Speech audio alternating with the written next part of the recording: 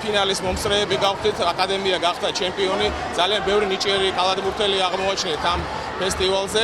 მინდა გიხსნათ, რომ დღეს ასევე გაიხსნა საქართველოს მასშტაბით მინი კალათბურთის ფესტივალი, რომელშიც 7 რეგიონის 500-მდე მოსწავლე მიიღეს მონაწილეობას. ეს ძალიან მნიშვნელოვანია ჩვენი მომავალი თაობის ჯანმრთელი ცხოვრების წესში ჩაბმაში და გავსთავარი ეს ბავშვები გაიცნობენ ერთმანეთს და დაუმეგობრდებიან. გასაკვირველია, გეთანხმებით, მე ვფიქრობ, რომ ფესტივალები, რომელიც სტარდება უკვე ყოველწლიურად 2 ასაკში, ეს არის მართლაც რომ საწინდარი იმისთვის, რომ იმის გარდა რომ ეს არის საკალათბურთო ზეიმი და ბავშვები ძალიან გახარებულები არიან, მათი ოჯახის წევრები და მშობლები.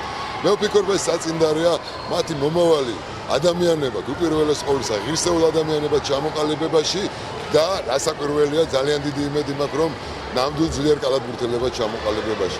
ასე რომ ორგანიზატორები სასარდავ აკლებს და ძალღონეს არ დავიშურებთ, რომ ფესტივალები ყოველწლიურად ჩატარდეს და უფრო და უფრო მაღალ დონეზე ავიდეს ეს ყველაფერი. ძალიან გამიხარდა ჩემპიონები რო გავხდით, უკვე მეორე წელია ჩემპიონები ვხვდებით და წელს დამთავრდება ალბათ მინი კალათბურთი და შემდეგ დაიწყება უკვე დიდი კალათბურთი.